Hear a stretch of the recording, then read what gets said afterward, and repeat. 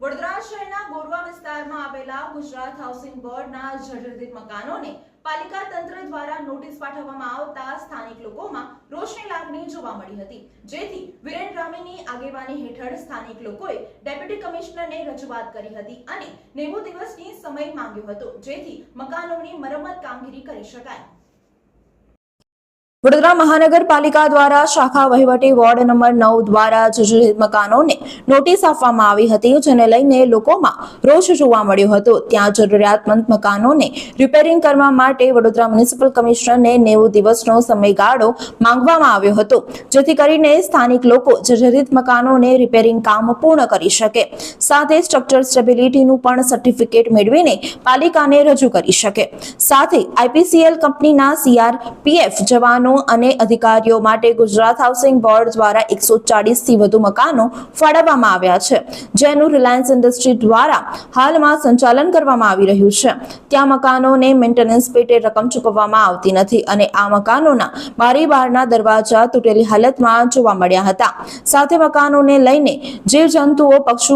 પક્ષીઓ તેમજ પ્રાણીઓ વસવાટ કરે છે અને ચોમાસાની સિઝનમાં વરસાદનું સીધું પાણી ઘરમાં પ્રવેશે છે, જેને લઈને રોગચાળો ફેલાય તેવી પણ ભીતિ સેવાઈ રહી છે, જેને લઈને આજે તમામ સ્થાનિક લોકોએ પાલિકાની વડી કચેરી ખાતે ભેગા થઈને ડેપ્યુટી કમિશનર હસમુખ પ્રજાપતિને આવેદનપત્ર આપી રજૂઆત કરી હતી। વડોદરા મહાનગરપાલિકાના પશ્ચિમ વિસ્તારની વાત કરવામાં આવે તો ગોરવાની અંદર MIG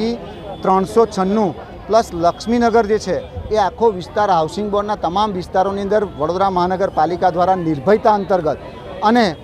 ગુજરાત હાઉસિંગ બોર્ડ દ્વારા જે નોટિસ આપવામાં આવી છે કે તાત્કાલિક અસરથી તમારું મકાન ખાલી કરવા, નહીં તો તમારું પાણી, ડ્રેનેજ અને MGVCLનું કનેક્શન કાપવામાં આવશે, એ સંદર્ભની અંદર આજે અમે કમિશનર સાહેબને એક વિનંતી કરવા માટે આવ્યા છે કે માનવતાની ધોરણ પર તમે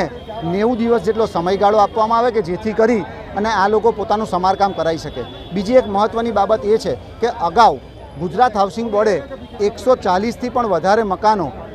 આઈપીસીએલ જેને કહી શકાય કે એના CISFના જવાનોને રહેવા માટે આપ્યા હતા। હવે આઈપીસીએલની કંપની જે છે એ રિલાયન્સ દ્વારા ખરીદી લેવામાં આવી છે, તો આઈપીસીએલ હતું ત્યારે આ લોકોને મેન્ટેનન્સની રકમ ચૂકવવામાં આવતી હતી, પરંતુ હાલ કોઈપણ પ્રકારનું મેન્ટેનન્સ છેલ્લા 22 વર્ષથી ચૂકવવામાં નથી આવ્યું। એના લીધે મકાનો ખૂબ જર્જરિત હાલતમાં છે, બારી દરવાજા તૂટી ગયેલા છે, એની અંદર કબૂતરો, કૂતરા, બલાડા જેવા અનેક, અને વરસાદનું સીધું પાણી ચોમાસામાં ઘરની અંદર જાય એ ઘરમાં, કારણ કે બારી દરવાજા ન હોવાને કારણે, એટલે ખાસ કરીને એવા મકાનો જર્જરિત છે। એટલે અમારી માંગ છે કે એ લોકોને જે મેન્ટેનન્સ છે એ રકમ ચૂકવવામાં આવે।